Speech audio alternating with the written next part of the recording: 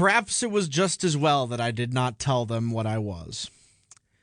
What they called me, that was what started it. I'm as good an American as the next fellow, and maybe a little bit better than men like that, big men drinking in a bar, who can't find anything better to do than to spit on a man and call him a Mex. As if a Mexican is something to hide or to be ashamed of. We have our own heroes and our own strength, and we don't have to bend down to men like that, or any other men. But when they call me that, I saw red and called their names back. Mex Kid, one of the men said, a big red-haired bully with his sleeves rolled back and muscles like ropes on the big hairy arms. Snot-nosed little Mex brat. I called him a name. He only laughed back at me and turned his back, waving a hand for the bartender. Maybe in a big city in the north it would be different, and probably it would not. This toleration we hear about is no more good than an open fight, and there must be understanding instead. But here near the border, just on the American side of the border, a Mexican is called fair game, and a 17-year-old like me is less than nothing to them, to the white ones who go to the big bars. I thought carefully about what to do, and finally, when I had made my mind up, I went for him and tried to hit him. But other men held me back, and I was kicking and shouting with my legs off the ground. When I stopped, they put me down, so I started for the big red-haired man again, and they had to stop me again. The red-haired man was laughing all this time. I wanted to run, back to my own family in their little house, and yet running would have been wrong. I was too angry to run, so I stayed. "My sister," I said. "My sister is a witch, and I will get her to put a curse on you." I was very angry, you must understand this.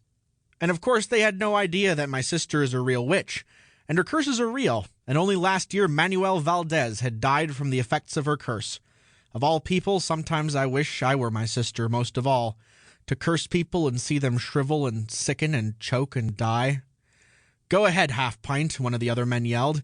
"Get your sister to put a curse on me. I bet she knows who I am. I've been with every Mex girl this side of the border." This made me see red. My sister is pure and must be pure since she is a witch. And she is not like some of the others even aside from that. I have heard her talk about them, and I know. I called him a name and ran up to him and hit him. My fist against his solid side felt good, but some other men pulled me off again. Yet it was impossible to leave.